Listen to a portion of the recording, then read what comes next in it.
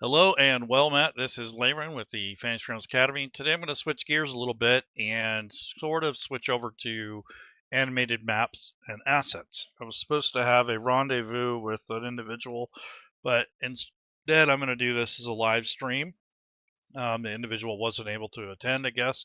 So without further ado, we're going to do is take an animated map and add it to Fantasy Grounds. But there are some things, some caveats, some limitations, those sort of things that you need to know before you start doing this. And hopefully this will help you, because I know I faced this and a lot of people face this when the animated images became supported in Fantasy Grounds. So I'm just going to go back over a little bit of that. So the first things first is getting an animated map from a good source. So what that means is either a patron or some sort of person who creates nice maps. In this case, I have a patron here that I subscribe to. This is called Fantasy Battle Maps. You got some pretty decent maps. If you're a subscriber to this channel, you get a link to a Google Drive. You can download the different. Sometimes they have different tiers, so you can get higher quality or different variations of different maps. In this case, this is an underground ruin with a portal. There's two versions. There's one with the portal turned on and then one with it off. The demonstration I'm going to use, it's going to be off, but you have two variations there. And this one has a little bit more sound to it than this one. So when it comes to audio in Fantasy Grounds, it doesn't support it. And the Unity engine, I don't know if it's something to do with that or what, but essentially, Fantasy Grounds doesn't support audio like you would get in a browser. So if you're using like Roll20 or Foundry, that's already built into the browser. They don't have to have the security, the codec, and all that stuff. That's all handled within the browser. For Fantasy Grounds is kind of a standalone program. The animation files will work, but they cannot have any audio embedded in them. And that's true of tokens and everything else. So what we're going to do is I already downloaded these two images and added those to the back end of Fantasy Grounds. So in the back end, in the folders, in my campaign folder, I have basically this maps thing under this 5e animated maps campaign under images, and then I have a subfolder with the static maps, which are just the basic maps themselves without any animation or anything. This is kind of what it looks like without anything on it. So this is the static map, and then I'm going to pull up one of the the animated map that has a portal in it. So click on that, and what we're going to get here is you'll have this animated map, and it has some pretty cool audio with it. Unfortunately, if you leave that on the audio, it's not going to play, and it may not even show up in Fantasy Grounds if you add a file like this that has animation with audio. So you'll have to remove the audio or strip it out essentially. So that's one step. The other thing is knowing the format. So this is a v.4.5.7 codec compression scheme here. So this starts off as a video and then they compress it down to one of these formats. A lot of maps out there are VP9, which supports the other virtual tabletops. The Unity engine only supports VP8. So you'll have to convert that as well if that's the case. So what most of us use is Handbrake or some other type of conversion program. I use Shutter Encoder, and I'll show you how to do that. So the Shutter Encoder, all the tools that I'm mentioning, the patron, all that stuff, that's all those links will be in the chat, including resources about these particular limitations and things you have to consider when you are importing images that are animated or already built and such. So these are two different files, one with the on or off when it comes to the portal that's on there. So I'm going to drag both of these into the Shutter Encoder, and then I'm going to choose a function. So I want this to be output to a VP8. That's the format that is supported by Fantasy Grounds.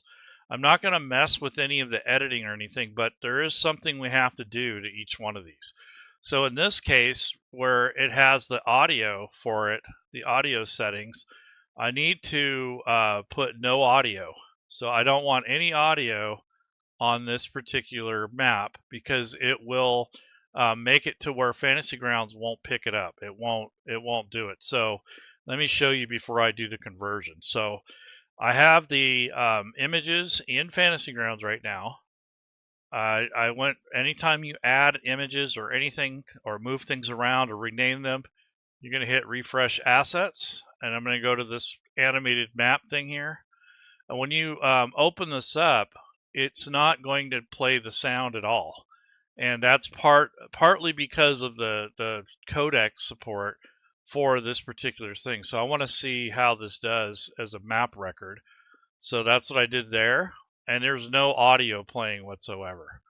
So that makes the file size a lot bigger than it needs to be, and that's unnecessary. And also, there was a time when these wouldn't even load if it had audio connected to it.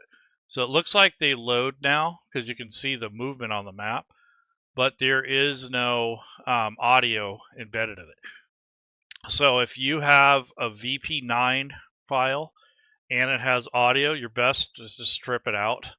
You don't have to in this case. It looks like that it will support the image still without taking the audio out, but it can cause issues with the the transmission of it, or maybe it would break it or something like that.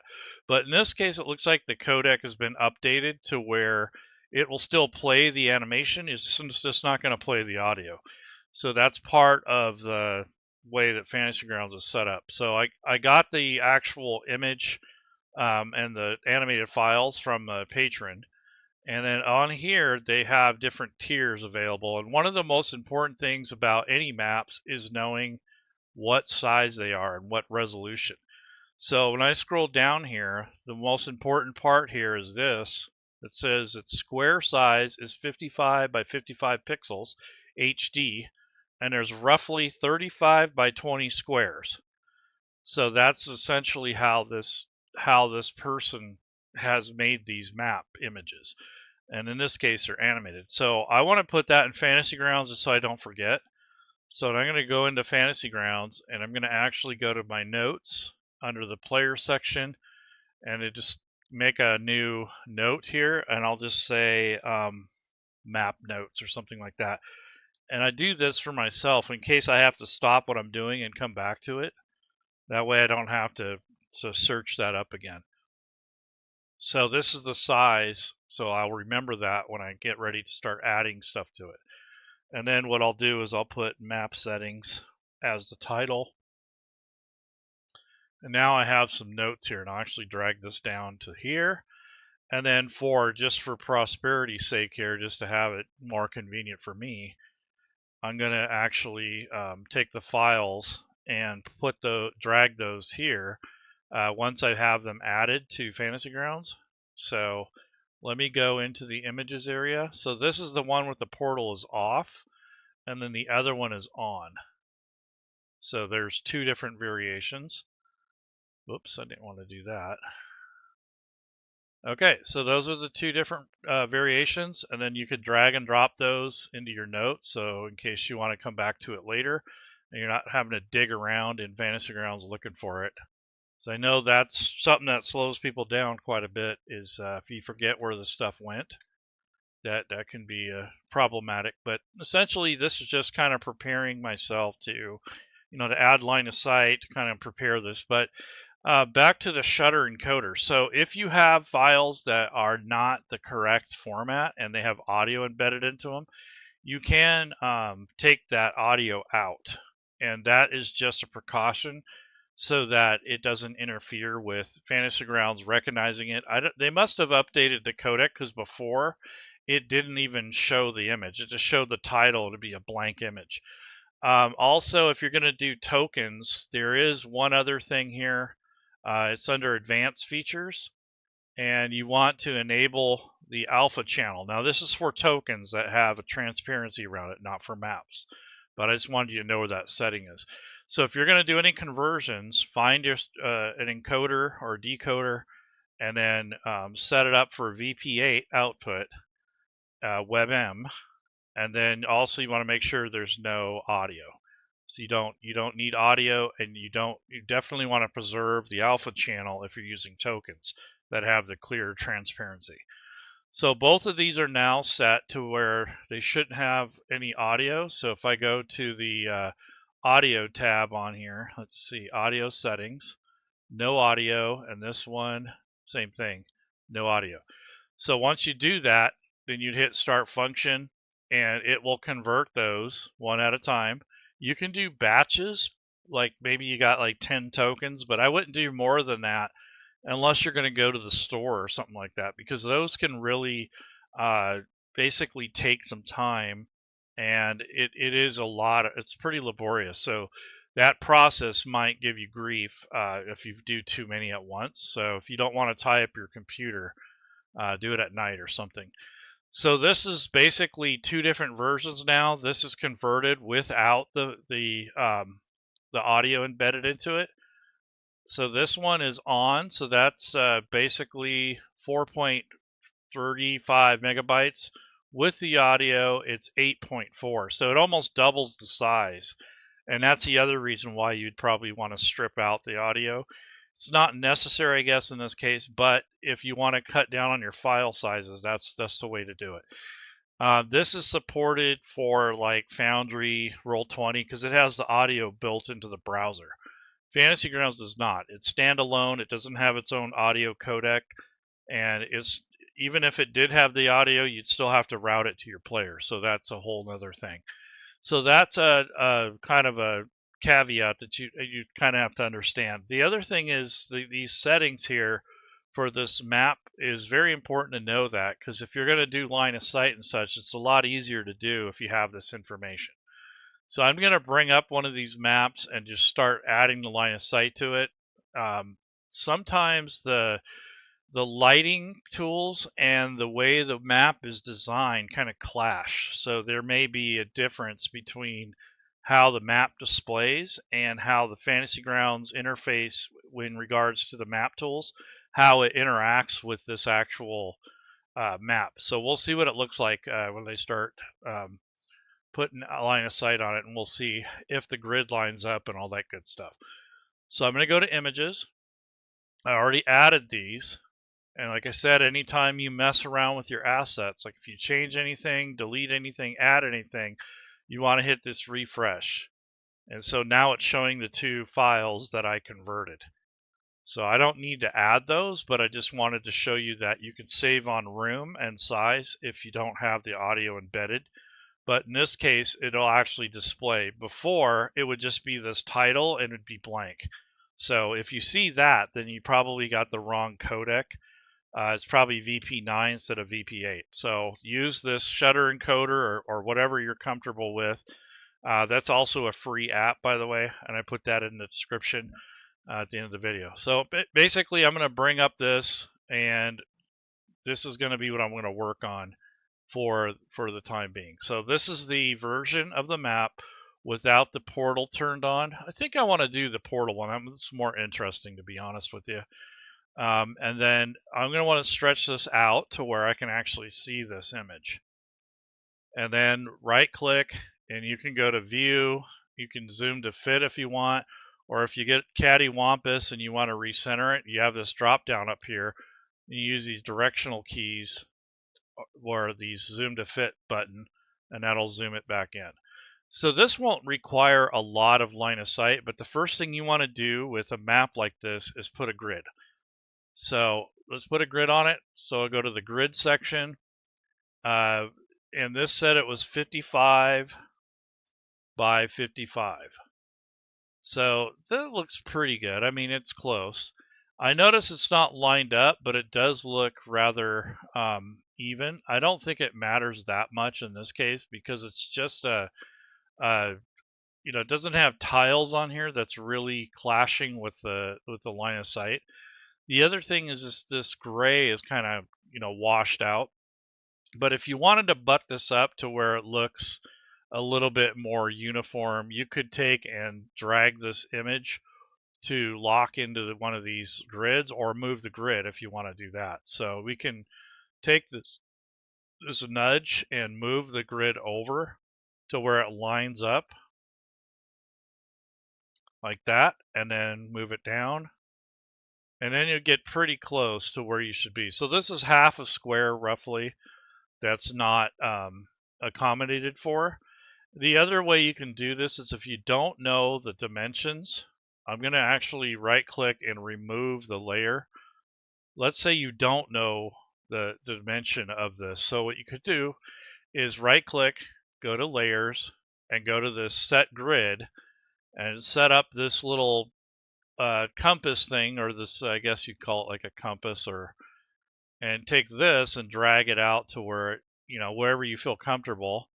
Maybe it's right in there. What is that? That's 56 by 56. That's pretty close.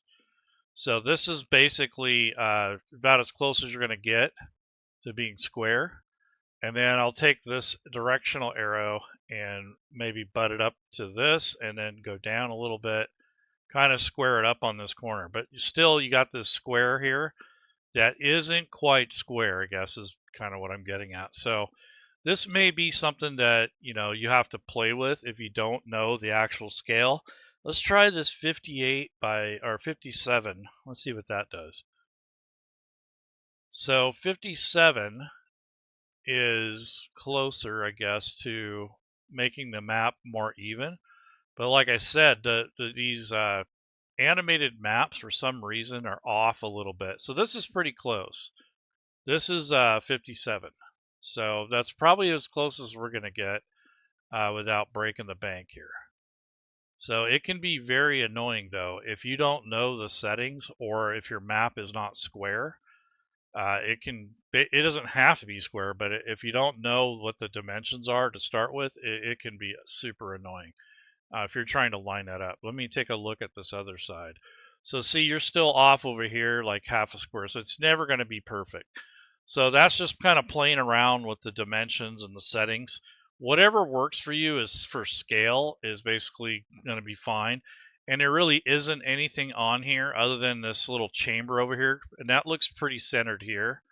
So that's good. When I go to draw in the line of sight, it's not going to be too weird. And I think that's about it. So what I want to do is change the color of the grid. I don't like this gray kind of washed out color. So I want to go to the tint. Maybe I will turn it this bluish color so it kind of blends in with that portal, and then turn it down a little bit so it's not too crazy.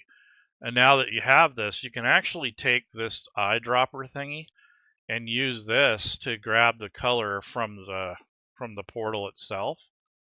You maybe use this as a way to kind of theme your lines here to around the color of the portal. So there we go. So there's your grid. Now all you have to do is decide, do you even need line of sight on here? I don't think so. Honestly, I would just put some, like up here, I'd probably put a wall there.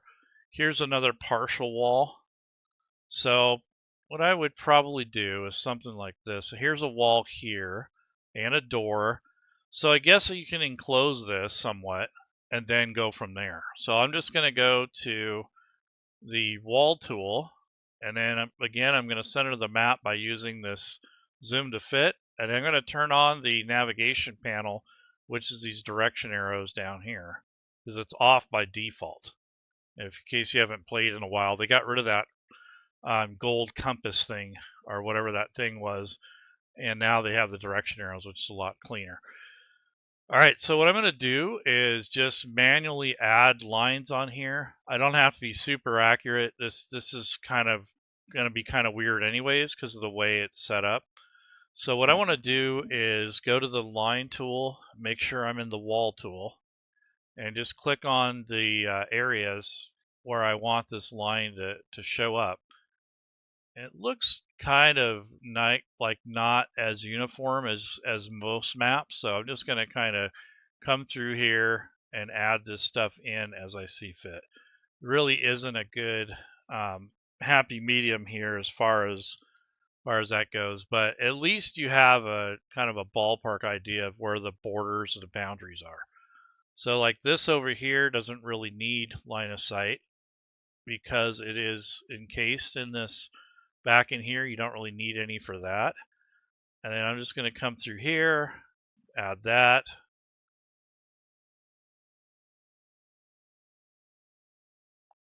You know, nothing too fancy. This isn't going to be, you know, going out to the masses. So you're just kind of doing this for yourself in most cases. So I wouldn't sweat it. And now that I have this side kind of figured out, now I'll come over here. And this is just kind of like the outline of the dungeon itself. So when you're doing these animated maps, they're a little bit weird because they're not static, like, you know, where everything's kind of cut and dry. You kind of have to interpret this your own way because of it's kind of like a three-dimensional space that you're kind of floating in there, and it's not really as accurate as you would get with a static map as far as, you know, putting the line of sight. Then there's this half wall here, whatever this is. So what I'm going to do is go here with the line tool, start out here, and if you hold the control key, it'll make a straight line, and just double click to end the line. And then I'm going to do the same thing here. So I'm going to start it here, and you notice I'm just kind of drawing past it.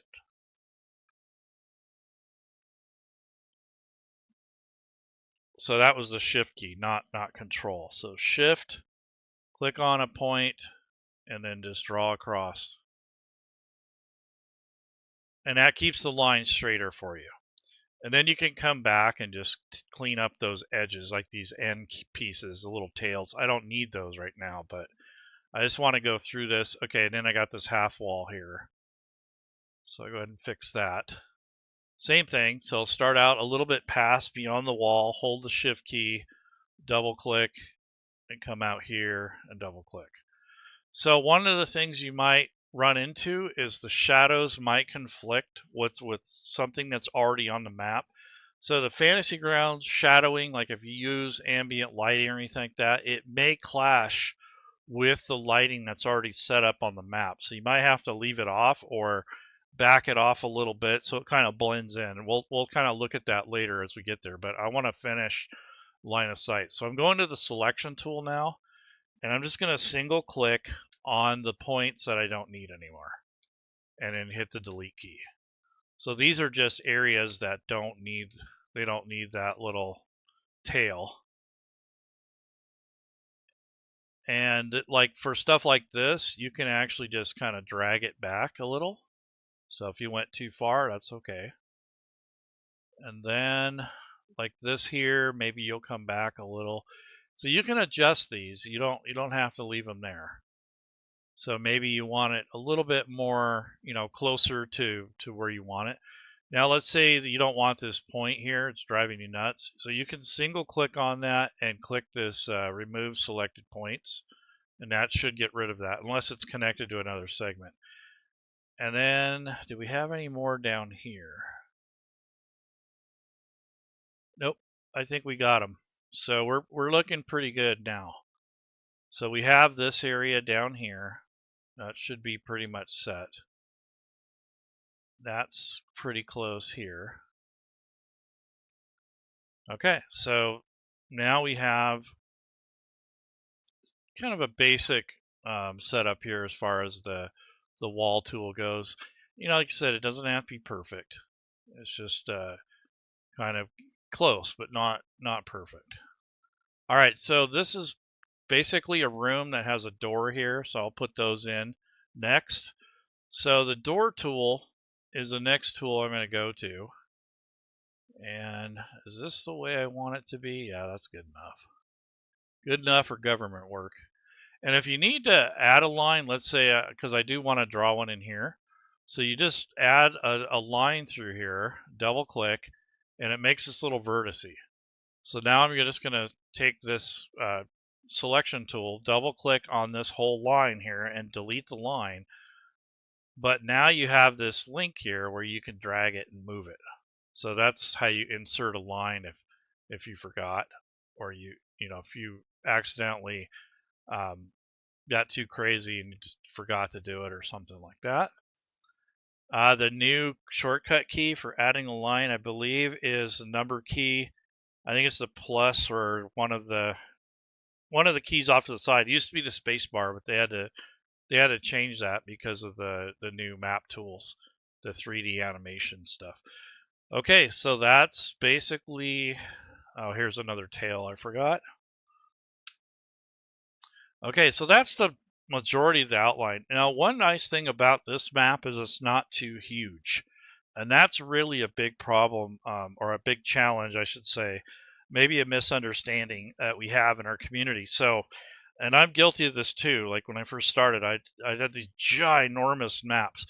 That's very cumbersome on Fantasy Grounds, especially when they reach a certain point of size. So most maps that you get from Smiteworks or from official sources are in HD. So they're like 1920 by 1080.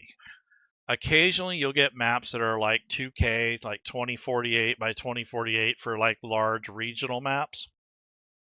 And in extreme cases, you might have a map that's around 4K that's like 30,000 something. I don't remember the number, but you get any bigger than that, it starts lagging and it can really cause performance issues. So you got to be careful with the dimensions, the size of your maps. And people are creating their own maps within third-party programs, and you can import those into Fantasy Grounds. So down when you go to create an image under your images area, if you click on this import button, you'll get the dialog box, and these are all the supported. There's Dungeon Fog, there's UVT, there's all kinds of different formats that's supported. So you can import those. The line of sight and the doors kind of work out in most cases. Depends on how complex the map is and what it actually supports. To me, honestly, I think just having the walls is good enough. I wouldn't count on the lights and the doors and all that stuff to be exact every time, but at least you'd have the walls. And I think that's the most time consuming part. But I could be wrong, but I don't know. But when you import big, huge maps in the Fantasy Grounds that have like maybe, I don't know. I don't think I'd go any more than 4 of these. So in other words, this whole map here, if I had 3 other versions of it snapped together, that would probably be the largest map size as far as tiles and spaces and size and everything. You start getting larger than that, like I said, it just messes things up. There is limitations, and even if you're using Foundry or Roll20, you're still going to run into that same issue. So you have to be careful with the file sizes, and that adds some things like performance issues, but then it also takes longer to transfer the file if the file itself is big, like over like 10 megabytes or something like that. The other thing is the dimensions of the map are usually what kills you. So even if the file is tiny and you got this huge 8K map up there, that's not going to work very well, even though it doesn't have much on it. So it just depends on your computer, the network. It might work good locally for you, but when you send it over to your players, it may not work. And that's kind of similar to these same kind of limitation with these animated maps. These tend to be larger than regular maps. So the static map for these is probably a quarter of the size. So, you're looking at hard drive space and transfer speed there. But in with one file, no big deal, right? Who cares? One map, no big deal. But when your campaign grows and you add more and more maps and you have that stuff shared and you have it in your folders and such, it takes longer for Fantasy Grounds to index those images. So if you have, like, for instance, like 20,000 images in here, that's kind of an exaggerated number. Let's go with like 100 images, and they're inside of your folder and such. When you go to assets and then you're coming in here, the Fantasy Grounds has to build all of these previews. And when you've got like a gazillion maps in here, it takes it longer and it causes it to lag more. So if you get over like 3.5, 4 gigs or something like that, it starts to really chug. And that is a limitation of computing. It's not Fantasy Grounds, it's a combination of things. So it's Fantasy Grounds, it's Unity, it's your computer, it's just limitations of computing. It's a combination of things. So a lot of people says, well, Fantasy Ground sucks. Well, it does, but there's other things that suck too, and that's called limitations on computers. So there is some limitations to the size of the file and the dimensions. So that's kind of, I preach that all the time because I see that a lot in the forums, or if someone says, oh, my maps don't work. Well, how big is it? How many maps do you have? Just first thing first, you gotta understand the limitations. And I think that's a hard sell. You don't want to tell people, oh, you can't use that. That sucks. That's not good. I guess that's not a good feeling, when you're told that, you can't use that. It's way too big. But in reality, you'll find out, it is too big. And it does tax things after a while. So it just kind of depends on the experience you're trying to provide for your players. Now, if you're on your own and you're not really running anything, who cares, right? But when you're actually hosting a game, like let's say you're at a convention or something like that, you don't want all those complications. So try to keep things a little simpler is all I'm saying. And it looks like there's some stairs that go up here. So what I might do, instead of putting what do you call it? I don't want to put the limiting the site, because that means if you're down here on the floor, you can't see up here. I don't really care in this case. So I might put some glass just so the players can't walk up there. So what I'll do is, instead of blocking it with a terrain tool, I'm just going to add glass or window essentially. And that'll allow this, so like when the players come up here, I have to allow them to go up there. So the only way they can get up here is if they go up these stairs and go around this way. This thing, I'm not sure how they get up here. There's a doorway here, but I don't know how deep this drop is. I imagine at least 10, 15 feet. We'll just say it's, let's see, 1, 2, 3. Yeah, about 10 or 15 feet, I guess. So I'm going to put a little bit of glass here. And it doesn't look like there's a door there. How weird. I don't know how to read this map. I haven't looked at it enough, but it looks to me like this is walled off. You can't go anywhere, and the only way through here is somewhere over here. So it's kind of weird. I think I'll leave it for now, but if you don't want the players to walk up here, you'll have to put either some sort of way to block it, and that the terrain tool doesn't block it, it only blocks vision. So I kind of want to block it to where if they're down here, they can't just walk up. They can't just walk up here on these ledges. So I'll probably just put like a hunk of glass up there just so they can't do that. So I'll go to the window tool and go to the line tool and click on these coordinates here and just kind of add a little bit of glass here. You see, I don't really care if it's perfect, but and just follow this. I'm going to follow this contour of this wall, because this entire section up here is basically like it's going to act like a window. There we go. So there's that piece, and then this piece over here, which I don't even know if I should even worry about this, but there's a staircase or like a way to get up there. So I'll leave that open. But then I'll just come up here and take advantage of the points that are already in here and make this piece a window. And all that does is it blocks movement. So the players will still be able to see up there, but they won't be able to just waltz up in there. So that they'll have to climb up the stairs, and I'll have to open the window essentially to let them in. Whoops, what do we do here? Okay, so I want to go to the selection tool, kind of mess about if you need to. Let's look down here. Yeah, that's fine. That'll be okay. All right, so that's just kind of, stuff you can do to kind of quarantine, and then I'll have to do this area too. So let me go back to the window tool and the line tool, and it's going to do the same thing up here. So to make it to where they have to climb up here, or maybe that portal takes them up there, because that's the other thing, is there's a portal there, so maybe it takes them through that door up on top. That's how they get up there. So I'll go here.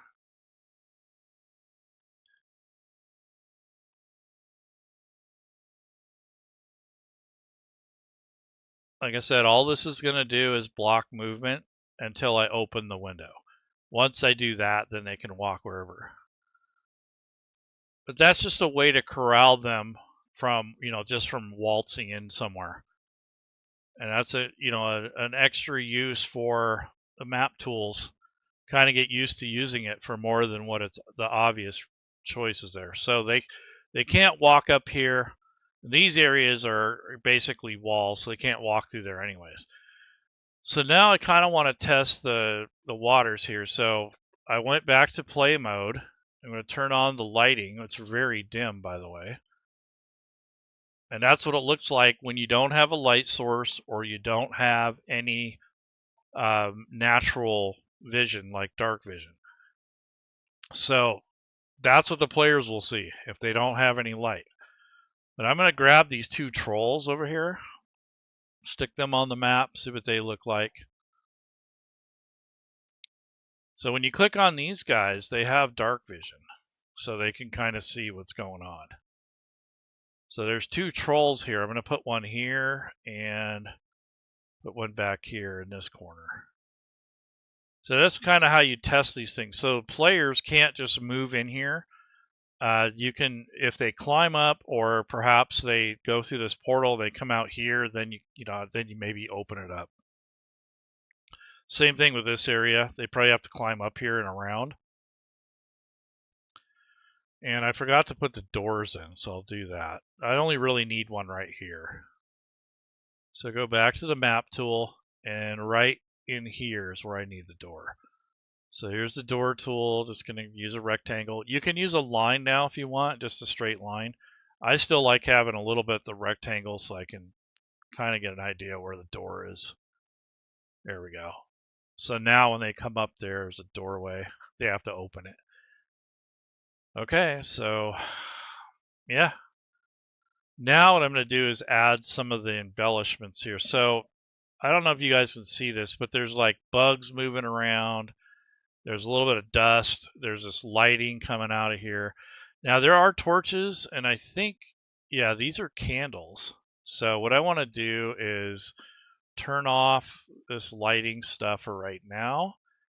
Go to the lighting tool, and then pick the add light. And this will be candles, so I'll go ahead and add candlelight here. But before I add anything, I'm going to put it on a separate layer. I don't want it necessarily, well, actually in this case, I don't care if it's part of the map or not. And then take this and go to candle and just click on the little candles and add your candlelight. I don't think you need every single little candle on here, just these bigger ones. Good enough. There's a cluster of candles.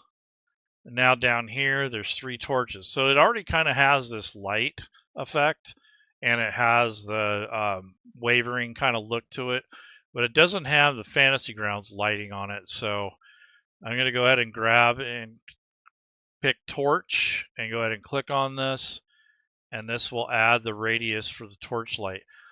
Now when we go into this line of sight mode, now we can see this, what the players would see now, essentially. So that's kind of how that looks. All right, so there's the 2 trolls. Let me deselect. Yeah, so this is what the players would see.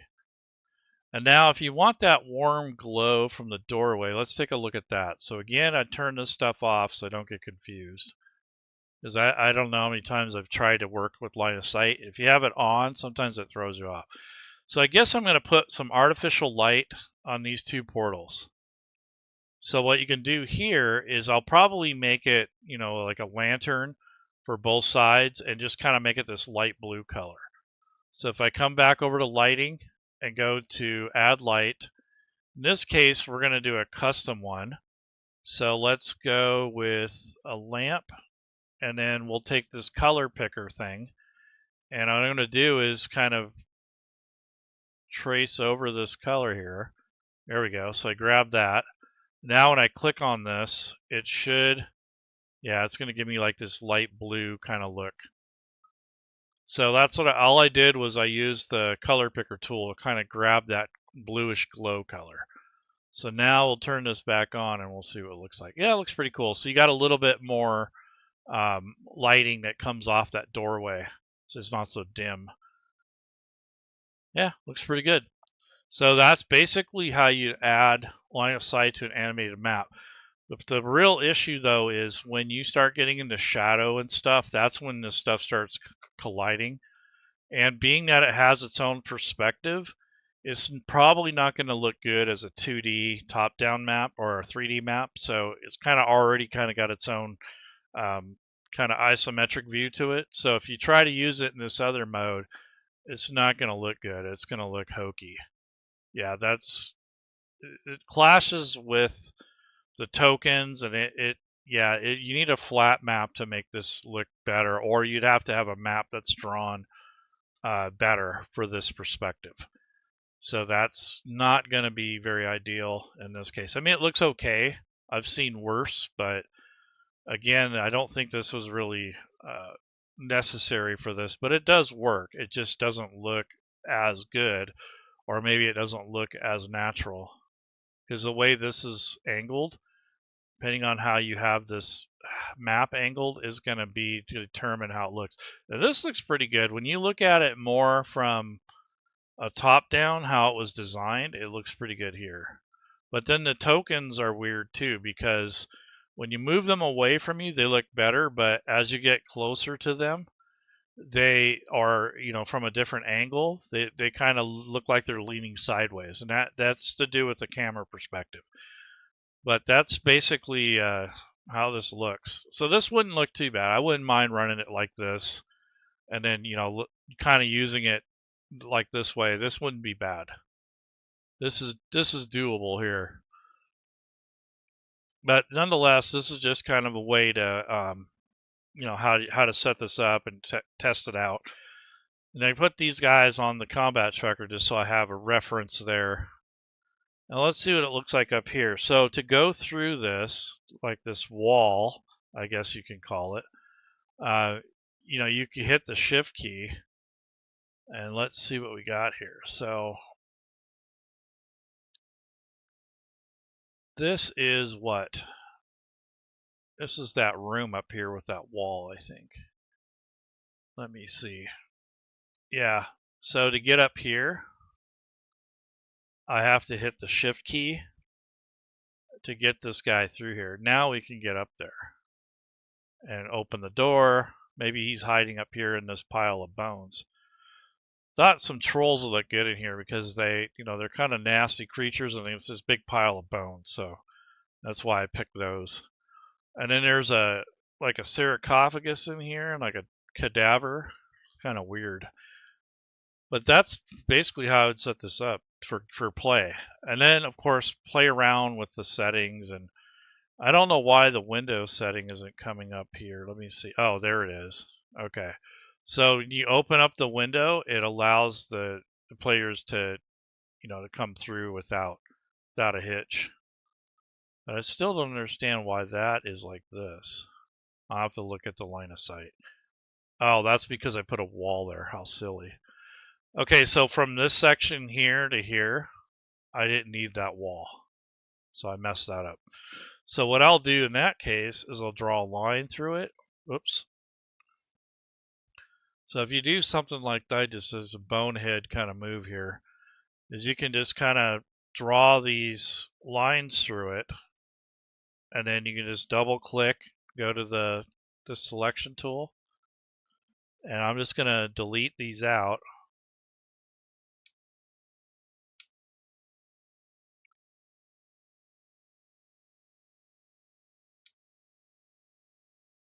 Yeah, it took too much.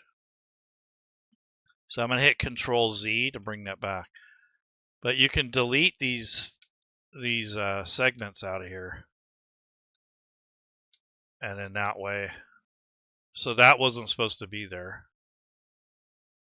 Yeah, I messed that one up, but now you can get through there much easier. Yep, that's what it was. All right. So hopefully that helps you a little bit, maybe a little confusing, but that's just kind of a, something you might expect from an animated map. I think the flat down, top down ones work a little better in certain situations. This, like I said, this doesn't look bad as a 3D animated asset, but there are some that just totally clash with the perspective and everything. It just don't look good. So it really depends on what you're trying to do. Let's take a look at here's the monsters view. So when he moves this guy around, yeah, it's okay. I mean, I don't know. To me, this doesn't do much. It's kind of a waste of animation, to be honest. Here's the door. Yeah, that doesn't look good at all. So this mode isn't bad, but honestly, I would just be down in this mode in most cases.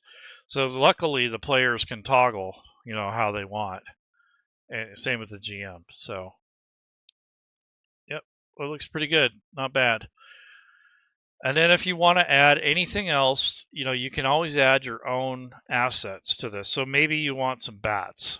Okay, so I'll add one asset to this. So if you go to your assets and go back to the main home key, make sure you're in images. And let me try the animated keyword search for animated.